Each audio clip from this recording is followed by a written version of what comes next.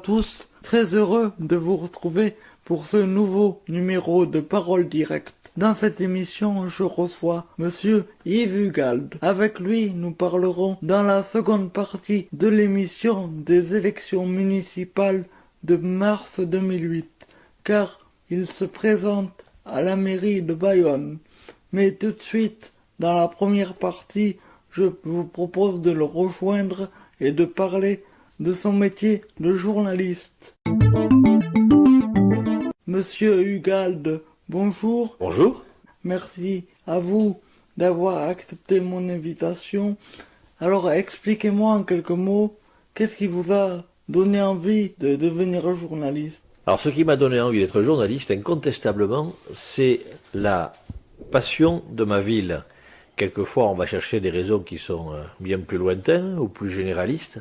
Moi j'ai surtout voulu au départ témoigner de la vie de cette cité qui m'a toujours passionné depuis mon plus jeune âge. Alors bien sûr ça a été à travers l'aviron bayonnais pour le rugby dont j'ai fait le commentaire très longtemps, ça a été à travers la tauromachie, ça a été à travers bien d'autres activités publiques aussi ou politiques. Bref, je voulais avant tout parler de Bayonne, donc je me suis dit, eh bien la meilleure façon d'en parler c'est de créer un petit journal, ce que j'ai fait au tout début, et ce journal vit toujours, il s'appelle La Feuille. On en parlera un peu plus tard.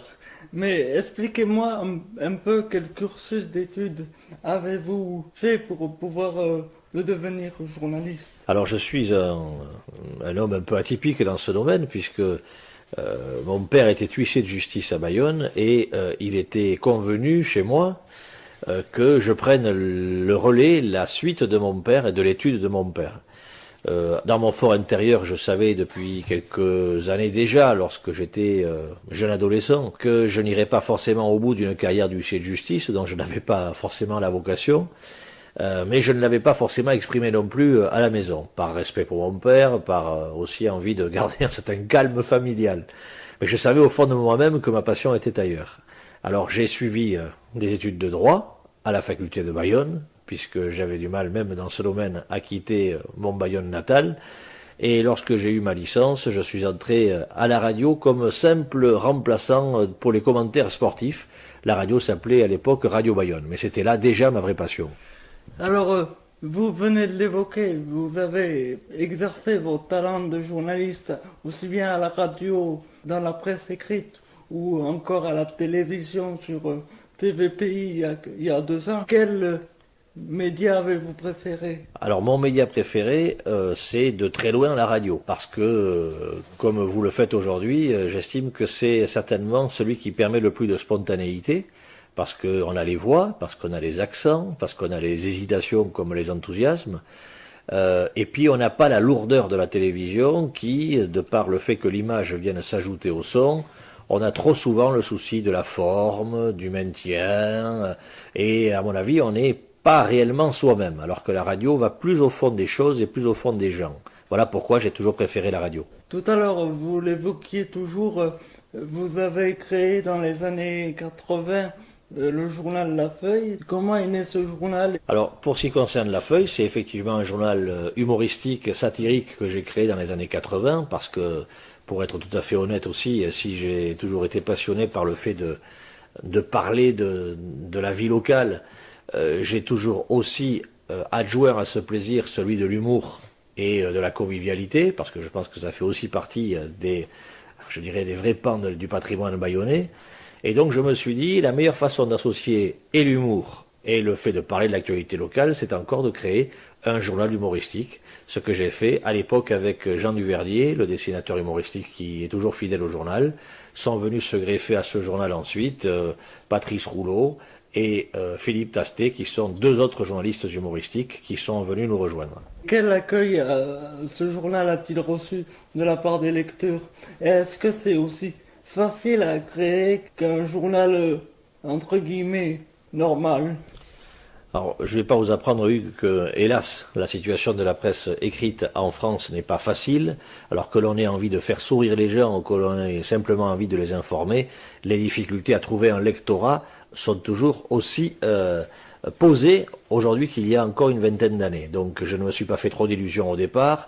J'ai essayé d'abord de procéder par premiers abonnements. Il y en a eu 10, il y en a eu 20.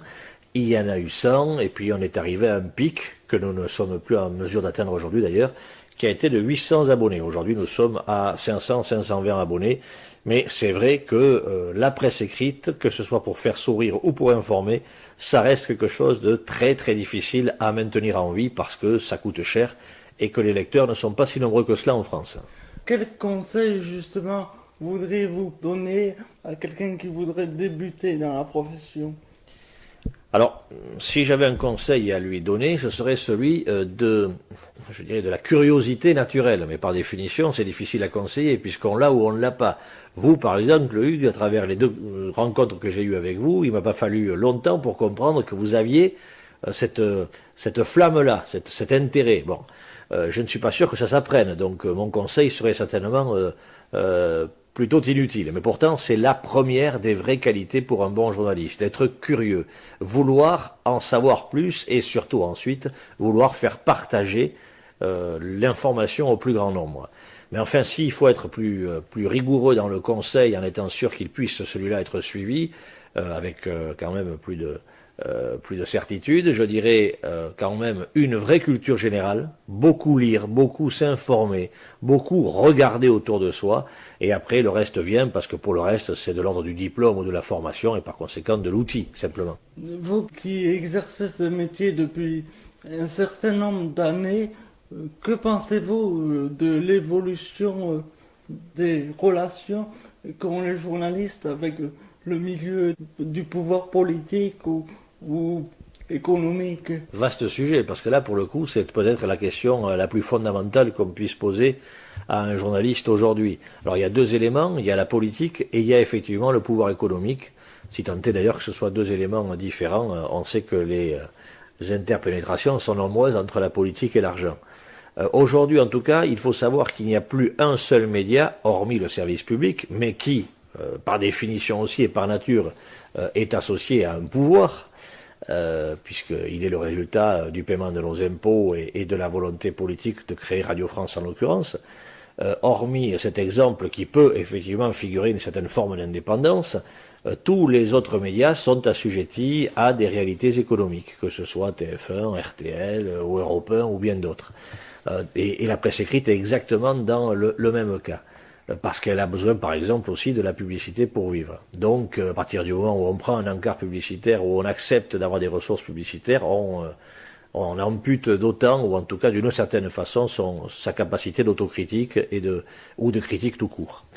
Alors, tout ça pour vous dire, Hugues, que dire aujourd'hui qu'un journaliste peut faire sans le pouvoir économique ou politique, ça me semble plus difficile que jamais. En revanche, moi je crois beaucoup à l'honnêteté intellectuelle des journalistes, de la plupart d'entre eux. On peut avoir des convictions, on peut vouloir les faire prévaloir ici ou là, mais dans l'ensemble, on a plutôt, dans la presse écrite ou parlée, affaire à des gens qui ont aussi envie de faire bien leur métier.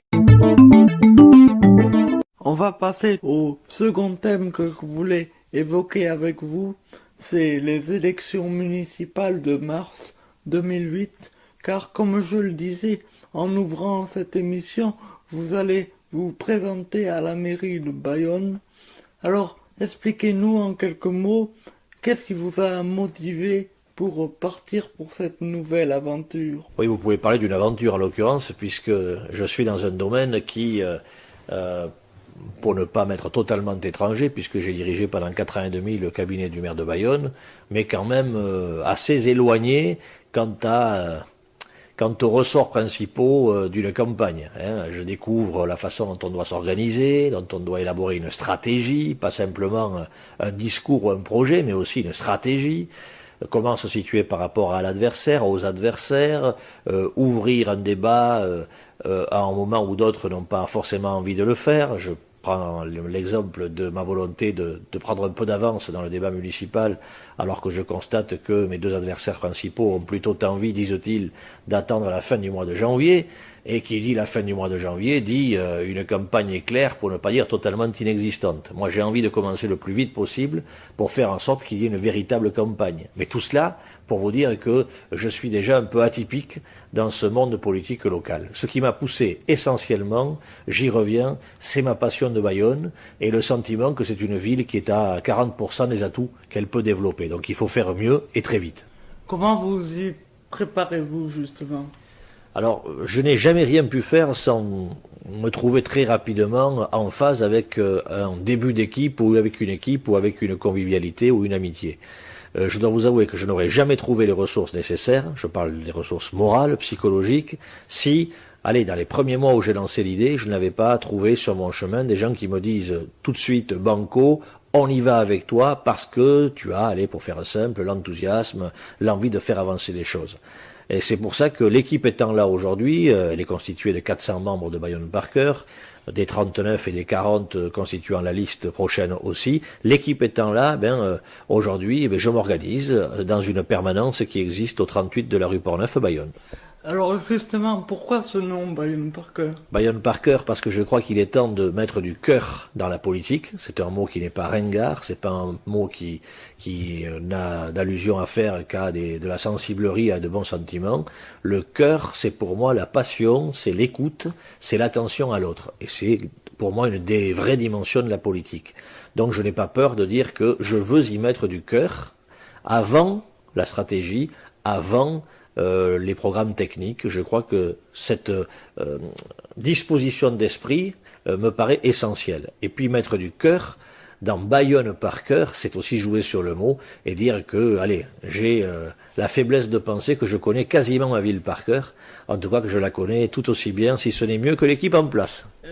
Justement, si vous aviez un mot pour la qualifier, cette ville? Je parlerai de générosité.